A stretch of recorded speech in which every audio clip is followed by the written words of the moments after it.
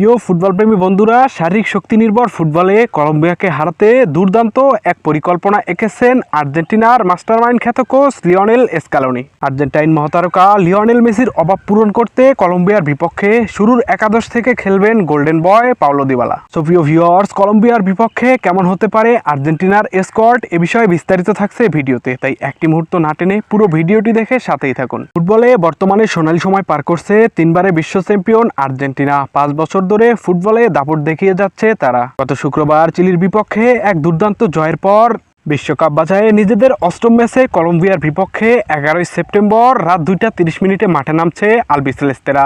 বিশ্বকাপ বাছাইয়ের এই কলম্বিয়াকে হারিয়েই 2024 কোপা চ্যাম্পিয়ন হয়েছে Argentina.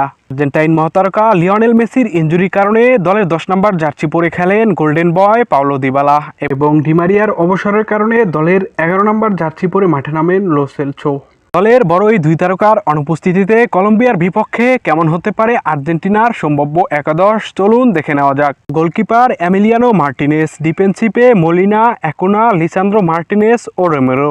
মিডফিল্ডে Rodrigo De Paul, Paredes, Enzo Fernandez. আক্রমণ ভাগে Paulo Dybala, Lo Celso, Lautaro Martinez অথবা হুলিয়ান আলভারেস। কোপা আমেরিকার ফাইনালিস্ট কলম্বিয়ার বিপক্ষে শক্তিশালী এই একাদশ নিয়েই মাঠে নামতে পারে আর্জেন্টিনা।